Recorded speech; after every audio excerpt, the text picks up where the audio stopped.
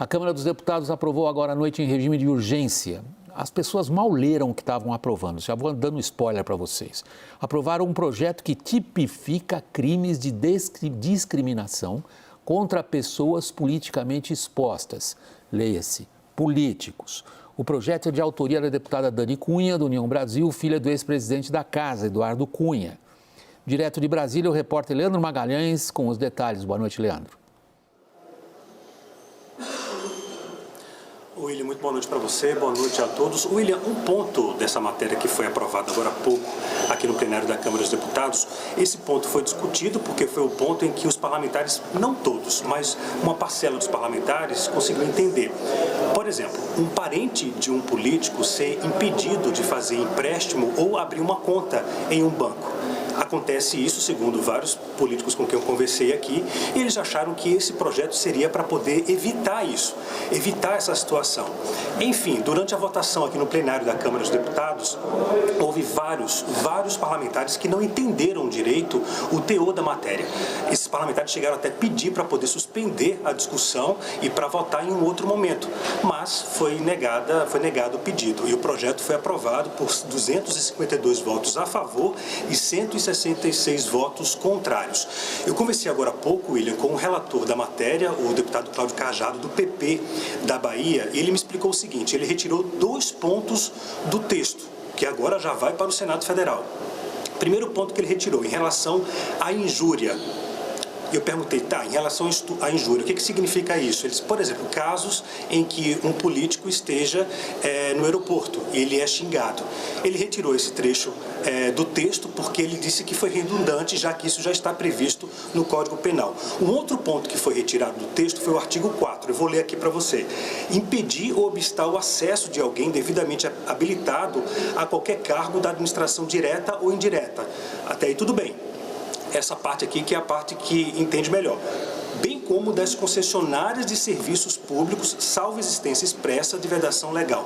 Foi esse ponto que eu expliquei no início agora da minha entrada aqui no WW, ou seja, impedir um parente ou alguém ligado a um político ou a uma empresa com CNPJ a abrir uma conta ou ter acesso a algum crédito de algum banco. Esse é o ponto principal. Ele retirou esse trecho. Mas, no entanto, William, no texto da matéria há um outro ponto importante, que, no caso, o banco vai ter sim que justificar o porquê, que, segundo o relator, hoje o banco não precisa justificar. Enfim, a matéria foi aprovada muito rápida aqui no plenário da Câmara dos Deputados e agora segue para análise no Senado Federal. William? Obrigado, Leandro. Boa noite para você aí na Câmara dos Deputados em Brasília. Daniel Rittner, vamos continuar enumerando os principais aspectos dessa legislação aprovada há instantes na calada da noite?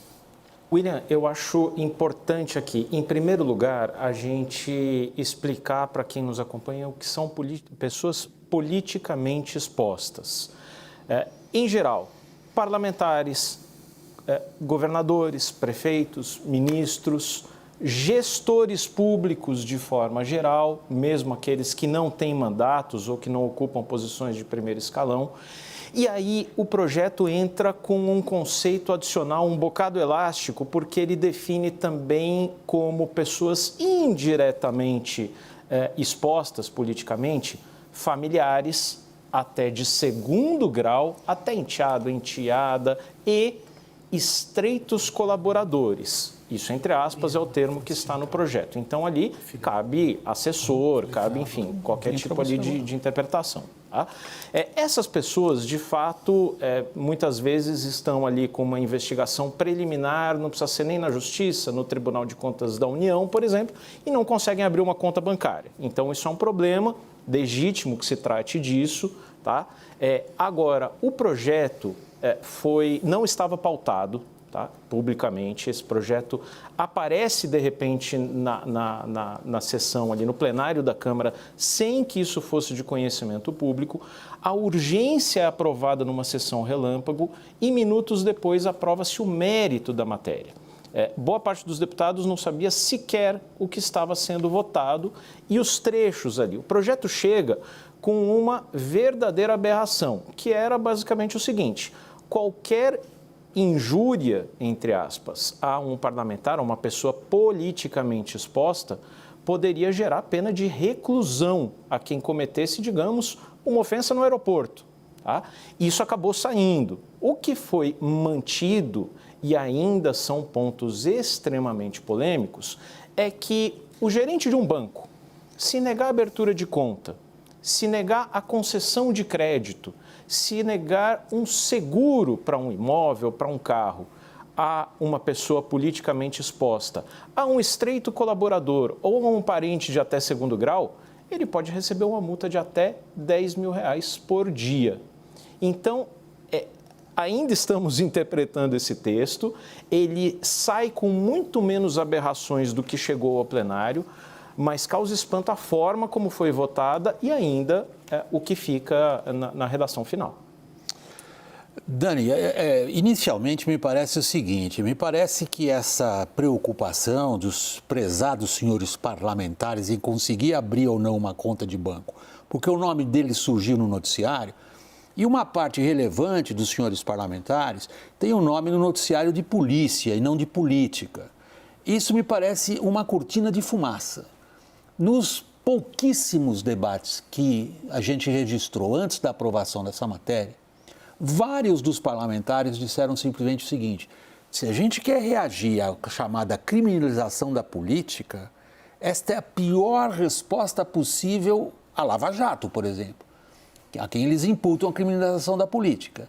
Isso justamente é a justificação, porque se há alguma coisa na cabeça dos expoentes da Lava Jato que era comum a todos, é a ideia de que os políticos entregues a si mesmos produziriam esse tipo de matéria que eles acabaram de aprovar agora, que é em causa própria, exclusivamente. Como é que eu vou entender, nesse texto apresentado pelo relator Cajado, uma das afirmações que diz o seguinte: vamos proibir com cadeia quem tiver atitudes preconceituosas em relação a pessoas politicamente expostas. Politicamente expostas aqui é praticamente tudo, inclusive a família, diretor de estatal, o que você quiser que possa fazer parte do noticiário, que possa entrar numa menção qualquer, é politicamente exposta. É a proteção, na verdade, de uma casta. Estreitos colaboradores. Prossiga? E estreitos colaboradores, que é o que me causa espanto. O que pessoas de forte relação afetiva também podem ser consideradas, né? Tem uma forte relação afetiva com alguém, a declara colaboradora muito próxima, está protegida contra atitudes preconceituosas e discriminatórias. Você conversou com a autora dessa peça legislativa? Sim, Daniele Cunha, né? Estava conversando com ela antes de entrar no estúdio, o que ela explicou, o que ela estava explicando, né? Que dentro desse universo político, Brasília e Congresso Nacional, aliás, é um projeto que ela não atribui só a ela, a autoria, né? Depois a relatoria do Cláudio Cajado, que relator arcabouço fiscal também, político experiente, PP da Bahia, assim como a própria Daniele, né? Tendo DNA de política, filha de quem é. O que ela colocou? Tem um senso comum nesse universo político Brasília de dificuldades que políticos, e não eles diretamente, ela me disse, por exemplo, prefeitos, secretários municipais, assessores, daí ela me citou por mais de uma vez na conversa, inclusive o marido da minha filha, que chega no banco e não consegue ou obter crédito ou abrir uma conta em razão do tio ou do tio-avô ou de alguém ser político. Por essa cadeia toda, porque o gerente olha e fala, poxa, é pessoa politicamente exposta em algum nível de ligação. E de que há um relato comum, hoje inclusive teve uma reunião, ela me relatava com integrantes do PP, do União Brasil, que ela relatava isso. Vários casos iam sendo mencionados, ela me disse, eu não vou mencionar quem, com um ex-ministro tentando trocar $50 num aeroporto, numa agência bancária brasileira, não conseguiu. Isso foi citado em público no debate na Câmara. Trata-se de Marum que volta de uma viagem à Líbia e não consegue trocar no aeroporto, ou ele fazer uma conexão rumo à base eleitoral. Ela coloca essas situações como um senso... Como se isso representasse o universo da política. Isso, ela coloca como um senso comum que alavancou a aprovação. Mas não somente esse trecho. Tem um trecho aqui do relatório que foi encaminhado, que o sujeito chega no banco e aí há muitas recusas porque por alegar sua condição de pessoa politicamente exposta ou porque o sujeito é réu em processo judicial ou por ter uma condenação ainda não transitada em julgado. Então eles querem incluir isso.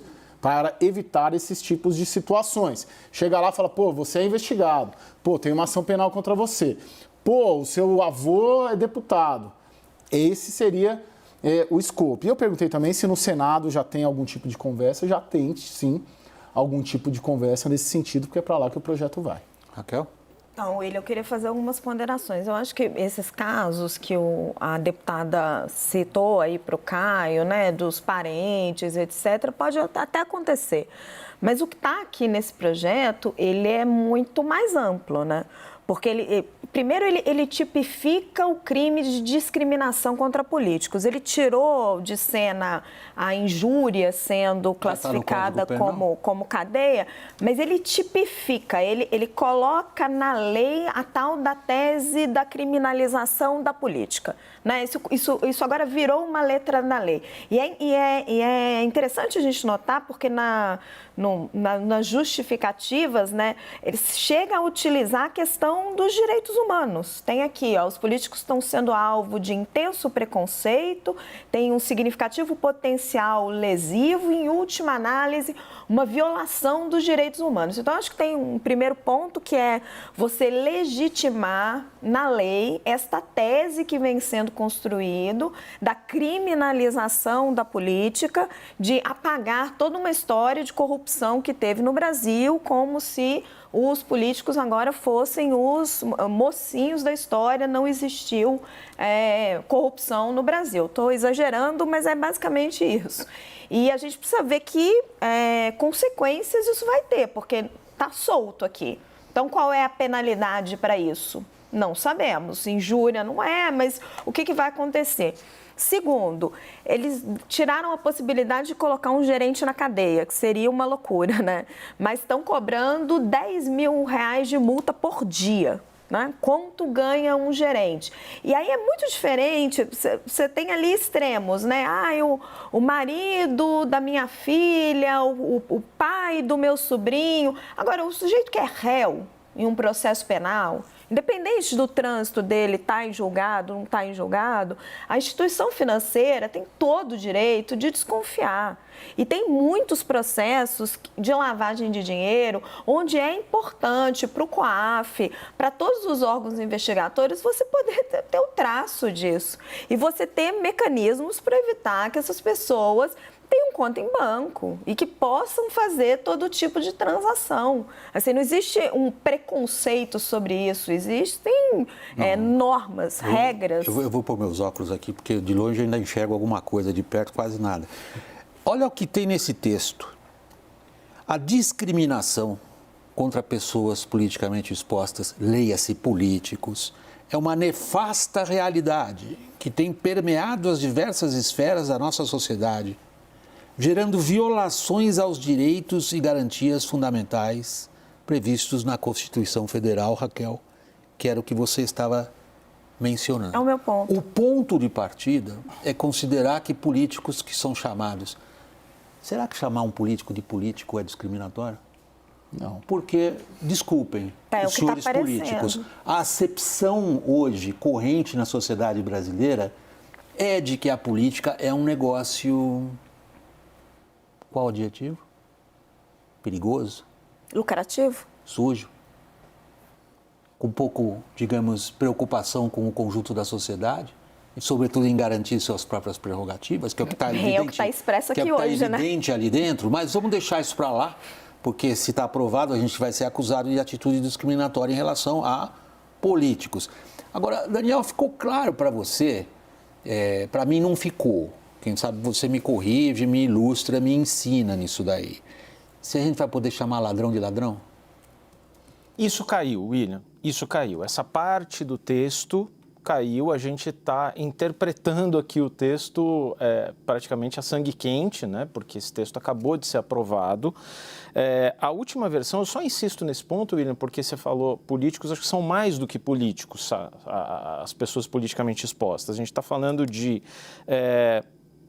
presidentes, diretores de empresas estatais, membros de tribunais superiores, conselhos do Ministério Público, conselhos da Justiça, todo o sistema eleitoral, Tribunal de Contas da União, mas eu queria frisar aqui também outras pessoas que são politicamente expostas segundo o texto, que são os cargos de natureza especial, os DAS, como se chama aqui em Brasília, que são funcionários comissionados do governo, geralmente com cargos decisórios importantes ali, mas cargos técnicos.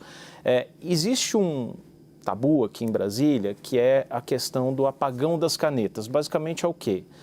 Pessoas que têm uma função pública importante, um comando decisório importante e que às vezes ficam muito temerosas de dar um comando, de assinar um contrato e muitas vezes são decisões extremamente técnicas. O reequilíbrio econômico-financeiro de um contrato de concessão de rodovia, por exemplo. E o técnico não toma essa decisão porque Daniel, no ano seguinte ele pode ser questionado no Tribunal de Contas da União. Esse ponto que você menciona é um clássico da administração pública brasileira hoje. Ela é considerada paralisada porque nós passamos de uma situação na qual éramos lenientes em relação ao gestor público e o que você está se referindo é a cobrança que, sobretudo, tribunais de conta fazem sobre as medidas, atitudes, atos assinados por gestores públicos. E isto vai para o CPF deles 5 anos depois. Então, o indivíduo que está nessa posição de assinar, por exemplo, uma licitação, ele tem um enorme receio de fazê-lo, porque teme que 5 anos depois o Ministério Público venha a encontrar alguma irregularidade lá atrás que vai cair em cima do CPF dele. Mas é diferente do que nós estamos tratando aqui, ou do que esse texto está tratando agora. Se nós passamos de leniência em relação ao gestor público ao que na administração pública hoje se costuma dizer um excesso de controle, colocando entre aspas, um excesso de controle, isto aqui é o que então? Mas esse é o X da questão, William. Posso só complementar rapidamente? Claro, porque é absolutamente legítimo que a gente discuta essas questões específicas, William. Tudo está permitido se discutir.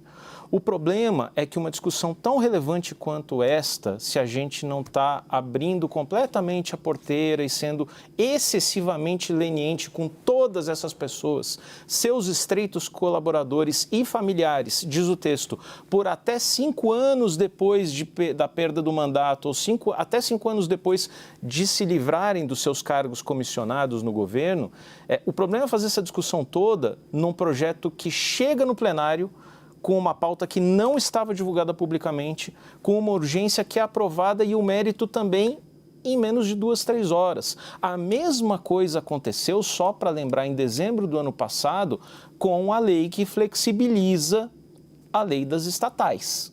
Isso foi votado também a toque de caixa, sessão relâmpago. Então, o mais grave de tudo é que se durma com a lei de uma forma e se acorde com a lei completamente de outra forma, sem nenhuma discussão prévia e sem que as pessoas interessadas estejam devidamente alertadas disso.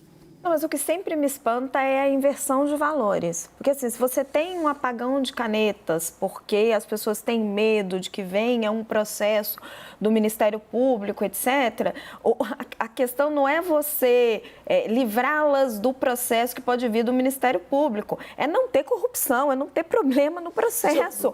E só um ponto, Caio, que eu estava querendo colocar.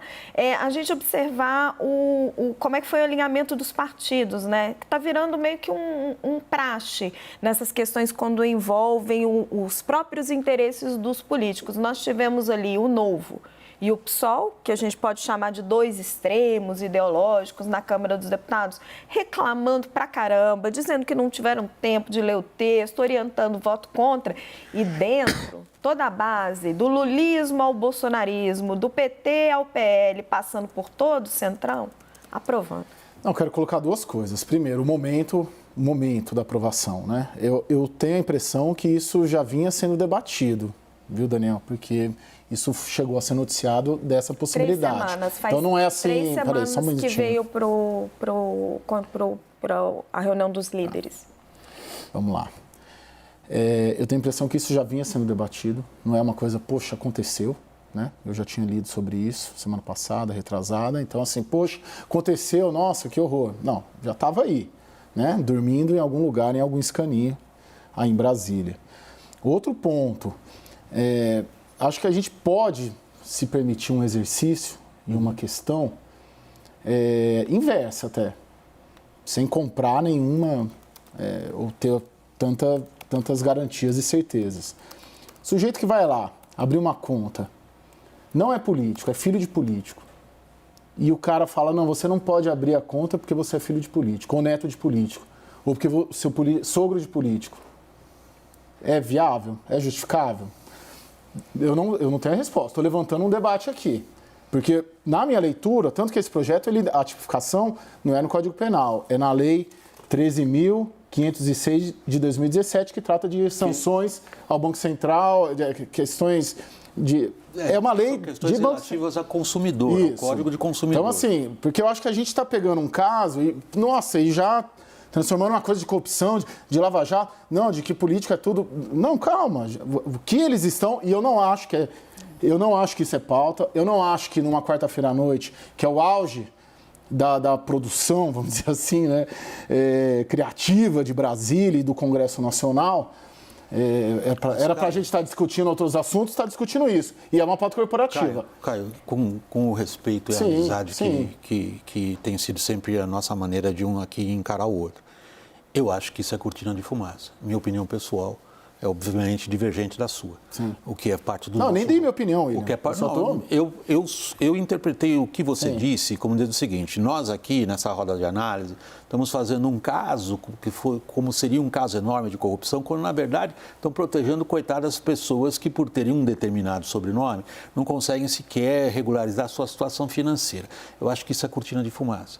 Eu estou tomando, pelo próprio texto, o ponto de partida desse texto. O que está embutido ali, no início de sua leitura, é o seguinte: vamos proibir a criminalização da política. Como se a criminalização da política fosse uma atitude deliberada de pessoas exercendo discriminação contra esses cidadãos politicamente expostos. Não é. A criminalização da política, no meu entender, vem de muitas décadas. E com a Lava Jato explodiu numa enorme manifestação de indignação popular, independentemente do que a Lava Jato tenha feito ou deixado de fazer do ponto de vista de manter o respeito aos preceitos e às garantias constitucionais jurídico-legais.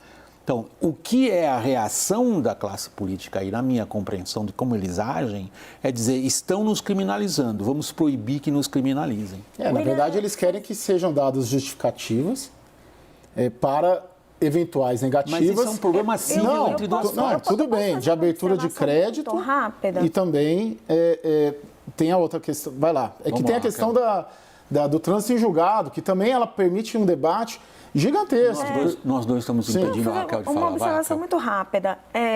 Esse debate surge há 3 semanas atrás. Só que o texto mesmo, o texto final do Cajado, chega a 3 horas. Então, muito deputado reclamou, com razão, que não sabia o que estava votando. Eu acho que esse é o ponto, Caio. E ela surge como uma discussão cível, que é o que você está falando. Sim. Só que a discussão é ampliada, e embora você tire ali o crime de injúria e tire a possibilidade de prender o gerente, quando você lê o texto, você lê todas as justificações, está se tipificando como crime. E tem lá no meio, se justifica entrar no crime penal, porque isso é um preconceito, etc. Misturou-se a discussão, saiu de uma discussão cível... É verdade que isso foi debatido em acordo, em reunião de líderes, mas isso não é à luz do sol, né? Saiu de uma discussão cível, que seria uma discussão até justificável, etc., para juntar nesse caldo de criminalização da política e transformar isso numa questão criminal.